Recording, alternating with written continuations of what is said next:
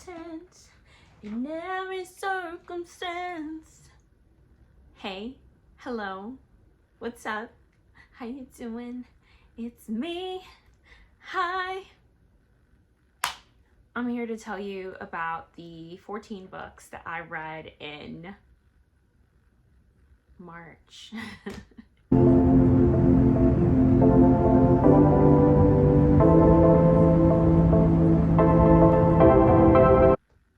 I'll start really quickly with the DNFs because I'm really happy to announce that I didn't have that many DNFs this month. Given that 2024 is like the year of the DNF, I refuse to read 2-star books. I refuse to read anything less than 3 stars. Like, I'm trying to really get familiar with my reading taste, purchase less books, and finish more books that I love because time is short. Time is of the essence.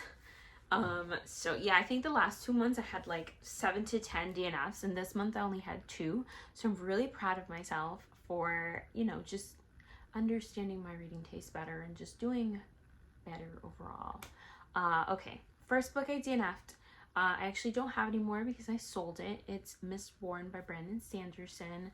I gave this book like 50 pages of a try, and honestly,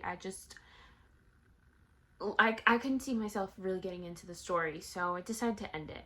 And the second book that I have is Night's Edge by Liz Karen. The reason I still have this book is because it was a soft DNF. Okay, so I wasn't really feeling it, and I think it's because I wasn't really in the mood for it. So I'm gonna put it down. I'm not sure if I'm gonna pick it up or not. This is about a girl who is being raised by a mom who is going through this disease called the Saratova syndrome, and basically what Sarahs are vampires. They feed on blood and they're the undead. And then she meets this musician named Jade, and she is not a Sarah, she's just a human, but she is like a little rebellious, a little dangerous, and a little like, I don't want to say romance, but like a little interest is blooming, and it seems like Jade's going to be a little bit of trouble. Overall, I just think that I was looking for a lot more like vampire action, and it does seem like there might be a hint of that coming. However, like, I got pretty far into this book. Like, that's all I had left. And there hadn't been like too much of it. So I was a little disappointed, and I don't know, it feels like a shame to finish this far into the book, but we'll see what happens in April. All right, so now for the books that I read. First, I read Legends and Lattes by Travis Baldree. This is a book about an orc named Viv, who essentially is an adventurer, gives up her adventurer life to kind of just settle down, and she wants to open a coffee shop.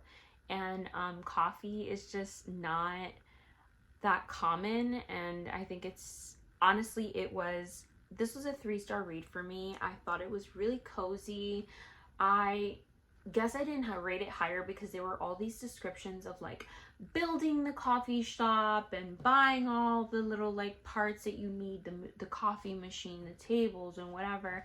And all of those descriptions I found just a little bit too cozy and calm. Like, it was just a little boring, if I'm being honest, just because there was like not much happening. But I will say that I still enjoyed it because there was this like little mystery, a little bit of like Viv's history coming back to kind of haunt her when she's just trying to live her life and she can't get past it. So I really liked it. There's this little rat character called Thimble, which, like, the way he's described, my head knows that it's like this like ugly little rat thing, but my heart wants to make him like a really cute, like squishy, like little adorable rat thing, because it's just so funny, and I love how he's obsessed with coffee. And I really loved the characters in this book, so 3 stars. Bride by Ali Hazelwood. This is about a vampire who is arranged to marry a werewolf to help an alliance between the 2 species. I ended up giving this 4 stars. Honestly, if it wasn't for the weird spicy scenes, this would have been a 5-star read. It was so funny. Ali Hazelwood is a great, great, great author, and I will link up here the vlog where I read this. So if you want to know like more thoughts on this, you can watch that vlog, but I am obsessed. I love everything she writes. It was so good. I just, the nodding was not it for me. I know I said I had a great reading month, except for this one. This is Swordcatcher by Cassandra Clare. This is about a guy who essentially serves as the Swordcatcher, which is kind of like a body double for the prince, so that if there's any danger, he kind of pretends to be the prince, and then the prince won't be harmed. And it just, I don't know. This book is also in the same vlog as Bride, so you can hear my thoughts there, but I ended up giving it 2 stars. I wasn't interested enough as we were going through, and I felt like I forced myself to read this book because it's so pretty. But I just wasn't interested enough. The American Roommate Experiment by Elena Armas. This is technically book 2 to the Spanish Love Deception. I personally didn't think that this one was as good as the Spanish Love Deception. This follows Catalina is the main character in Spanish Love Deception, and her best friend Rosie. Something happens and she had like a flood or something in her house, so she goes to live in her best friend's empty apartment while she's on her honeymoon, and her best friend's cousin Lucas is also staying in that apartment, and now they're trying this little roommate experiment situation thing to help Rosie with her work project that she's currently trying to do. Anyways, I gave this 3 stars. I listened mostly to the audiobook, and I think that's what killed it for me, because Lucas's voice, he just sounded like this old Spanish dude, and I could not get into it. I felt like the whole situation that they were in, it was just like kind of silly, and I didn't understand why Rosie would not just be honest about what was going on. Like it was just this like added conflict and like miscommunication for like literally no reason. Like, that's your bestie, that's your gal. And it also just felt like unrelatable, because I know we girls tell our best friends everything, so that didn't sit right with me. But, and also I feel like Lucas, he was just too much of like a perfect book boyfriend, like written by a woman man, you know. But overall, I just like her writing, and it was interesting, and there were funny moments, so I did still end up giving it 3 stars and still enjoyed this book. The 7-Year Slip by Ashley Poston is another one that I think is in that vlog as well. This is about a girl who moves into her aunt's apartment, and there's a man in there, and he is a man who lived 7 years in the past, and they fell in love. At first, I wasn't understanding the hype of this book, but in the end, I ended up giving it 4 stars. I just feel like the elements of understanding these characters then, or I guess him then 7 years in the past, and both of them now in the present, and how those 2 timelines kind of merged together, I thought it was really beautiful. I like all the like how the colors come together in this story, and their like little banter. There's this one scene in this book that is just gonna live in my head forever. I had a great time. I gave it 4 stars. I will say though, it took me a while to get to the point where I'm like, okay, I'm actually enjoying this, but I did. The City of Stardust by Georgia Summers is essentially about this girl who kind of lives a sheltered life with her uncles, because her mom went away and kind of put her in this dangerous position, and she's kind of searching for a way out of that life. There's something that's like kind of coming for her, so she's trying to free herself from that destiny as well as her uncles. This book I gave 2 stars to. I thought it was like really pointless. I really pushed myself to finish this book. I feel like there was something that happened at the end that I was like, why didn't you just do that from the beginning? And this whole thing could have not been a 300 and something page book, because we would have been done with this. And then they kind of made it seem like it was impossible to do that, but then he's like, you know what, I'll just do it. And he did, and it was over, and that sucked. The Witch Haven by Sasha Payton Smith is about a girl who has an accident at a factory that she works in, where she was having a bad interaction with her boss, and her instincts kind of save her, and it turns out that her instincts are magical and she's a witch. So she gets whisked away to this fake like asylum place where they say she has like tuberculosis, but she doesn't have tuberculosis. They're all witches and they're learning magic. I gave this 3 stars. This is a reread for me, actually. I read it again because I wanted to read the second book, which I hopefully will read in April. I think that it was just like a really interesting like take, first of all, on witches and the real world, and also I really loved the fact that it took place in New York and how like those descriptions are fit into here. And I think they also, like, this author did a really good job of including like a little mystery aspect going on, and like the love stories too. I was just like, whoa. Who's gonna end up with this girl? Who's gonna betray her? Or who's not gonna betray her? What is actually going on here? I found it really hard to trust every single character here, but in like the best way possible. And I really loved how some of like the found family vibes end up coming together in the end. Woo! Getting a little tired of talking. Next book I read is called Live No Lies by John Mark Comer. I don't really like to talk too much about like the nonfiction books that I read, but this is a Christian book that I read about spiritual warfare, and I thought it was really, really good. I ate it up in like a day. I also don't usually tend to rate nonfiction books, but if I were to rate my enjoyment of it, it would definitely be like a 4-star. I learned like so much. Throne of Glass by Sarah J. Maas. Another 2-star read. I was just bragging about how I was learning my taste in books and was having so many less 2-star reads, but I think like comparatively to last year, it is a lot less, I promise.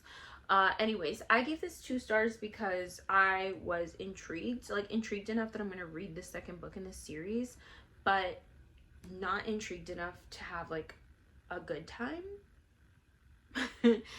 There were some things, and if you want to see my full thoughts, I have a Throne of Glass reading vlog that I'll link up there, but I just felt that I was interested in like this little love triangle situation that she has going on, but the trials that this main character was going through were just like kind of silly to me, and anticlimactic, so I didn't really enjoy that.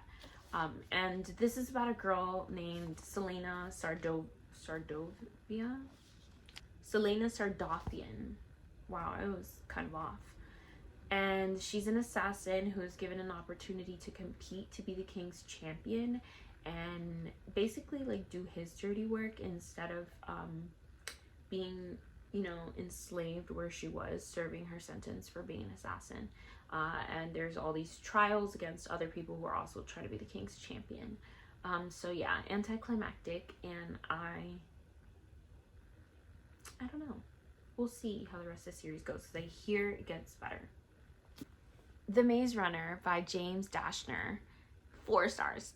4 flippin' stars. I had such a good time with this book, and I also read the movie. I watched the movie, and the movie was just as good as the book. A little different, but like I'm not complaining about it. This is about a boy named Thomas who wakes up in this like box, and the box like leads him up into this maze where a bunch of boys are living in the middle of the maze, in the glade in the middle of the maze, and every day they go out into the maze to explore it and try to get out, except there's like these deadly monsters that hunt them, so they can't spend the evening in the maze and they can't get out. And it's just, I don't know, like the characters relationships with each other are so interesting, and just the way that their fear plays out is so interesting, and the way that Thomas has like this mysterious connection and like makes everything different in a maze than what it was before he came. I really loved it. Another book I love, Ready Player One by Ernest Cline. This was a reread, but again, I'm kind of rereading all of the books that I don't have in my reading journal, because I want to journal about them and just have memories. So I decided to read this one, which is a favorite. I still gave it 5 stars. I think the only thing that kind of like struck me this time is some of like the authors, or I guess not the authors, but the main character's beliefs that he mentioned in the beginning of the book threw me a little bit, because they just kind of don't align with my own. But it's not a major plot point in the book, so we can move past it and still give it 5 stars, because the action in this book is insane. Basically, this is about a kid, well, this famous guy creates the Oasis, which is a virtual reality world, and the world as it exists here in 2045, basically everyone just does everything in the Oasis through virtual reality. And this guy who created the Oasis dies and leaves behind a egg hunt, Easter egg hunt, where if you find the Easter egg in the Oasis, you win his shares of the entire Oasis, and I think like $1 billion or something like that.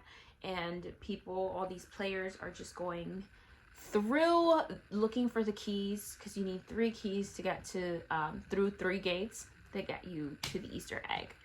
I think there's this corporation called IOI, and essentially the Sixers, who are people who work for IOI, are also trying to find the Easter egg because they want to like capitalize on the Oasis.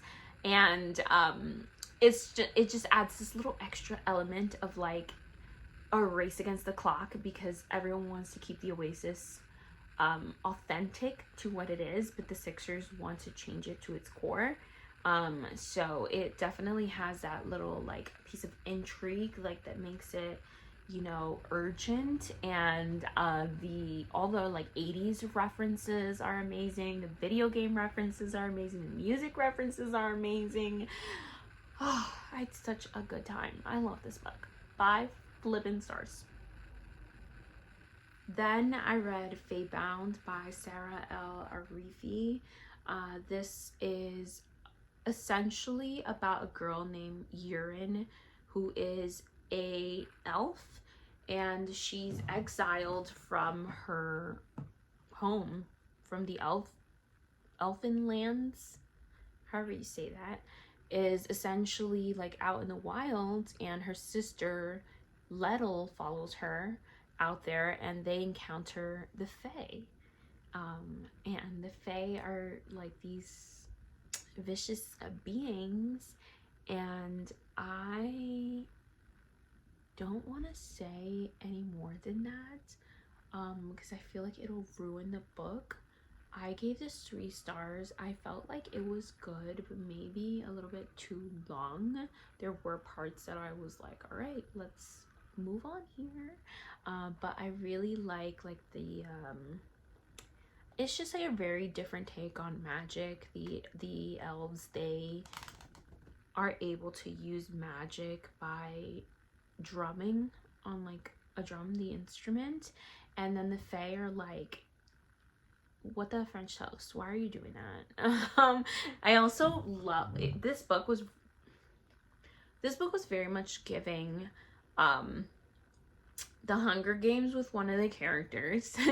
Is like 1000% the giving Cinna from the Hunger Games vibes. Then you have these magical beings called the Obeah, and the way that the Obeah interact with certain creatures in this book is giving Fourth Wing.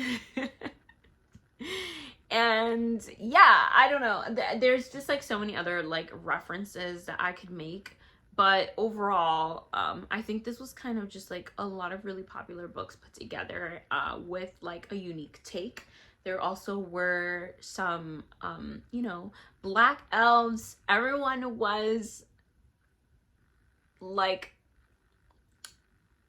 I can't explain it. There was a lot of representation in this book, and I thought it was interesting, but again, just maybe like a little too long. Then the next book I read, I don't actually own. I borrowed it from Libby. It's called Delicate Condition by Daniel Valentine. I ended up giving this book also 2 stars. I feel like it was eerie. So essentially there's this woman and she's trying to get pregnant. However, she's having a really hard time getting pregnant, and she's going through IVF and all the things, going to doctors, and finally she's able to get pregnant, but suddenly it feels like she's having these blackouts. Someone's like ruining her like medication, her schedule, routine, and things that she has to do, and it like something weird is going on. She feels like someone's sabotaging her. She's not sure. I did really like the eerie vibes, but I just felt like, I don't know, it's not so much that I'm bothered by the talk of pregnancy, but it's just like to read an entire book where all she talks about the entire time is pregnancy, being pregnant, wanting to get pregnant, anything that has to do with pregnancy. It was just so much to get through an entire book on one topic. Yeah. And then there were these random chapters in there too that like helped with like the ending and like the comprehension of like what was actually going on. But as you're reading the books, since you don't know what's gonna happen at the end, they just kind of feel very random and thrown in there, and they don't make sense. So I don't know, I didn't like that. I didn't like how she integrated those chapters in there. And the last book I read, I also borrowed from the library, is Solo Leveling Volume 1. This book is essentially about a boy who, he lives in a world where these like dungeons appear, and the like people who are hunters go down to these dungeons. Usually there are people who need money, and based on your level you go to a dungeon. Based on the level of that dungeon, you defeat whatever, you know, creatures are down there, and you come out with some loot. And so the main character in this book, he is very, very low level. Like, it's comical. People literally make fun of him because he's so low level, but he goes on this mission in a dungeon that's a little higher level than him, and it doesn't go well, as you can expect. And he ends up spawning this like ability to see like this. Hey, Waffle is really trying to get at these books that I have in front of me right now. Anyways, he ends up spawning this like ability to see this like screen in front of him. It's almost like he's in a video game, and that is it. I'm sure that the rest of the series will like ensue his adventures, leveling up in these dungeons and with these new like abilities that he has. The first book was really just kind of setting it up. I gave it 4 stars. I thought it was really interesting. I really loved the like drawing style of it because it's a manga, and I'm interested and curious. I already got book 2 from the library, so I'm interested and curious to see what's gonna happen next. And with that, that's everything I read. I hope you enjoyed. If you did, hit that like button. If you want to join the fam, hit that subscribe button, and I'll see y'all when I see you next. Bye.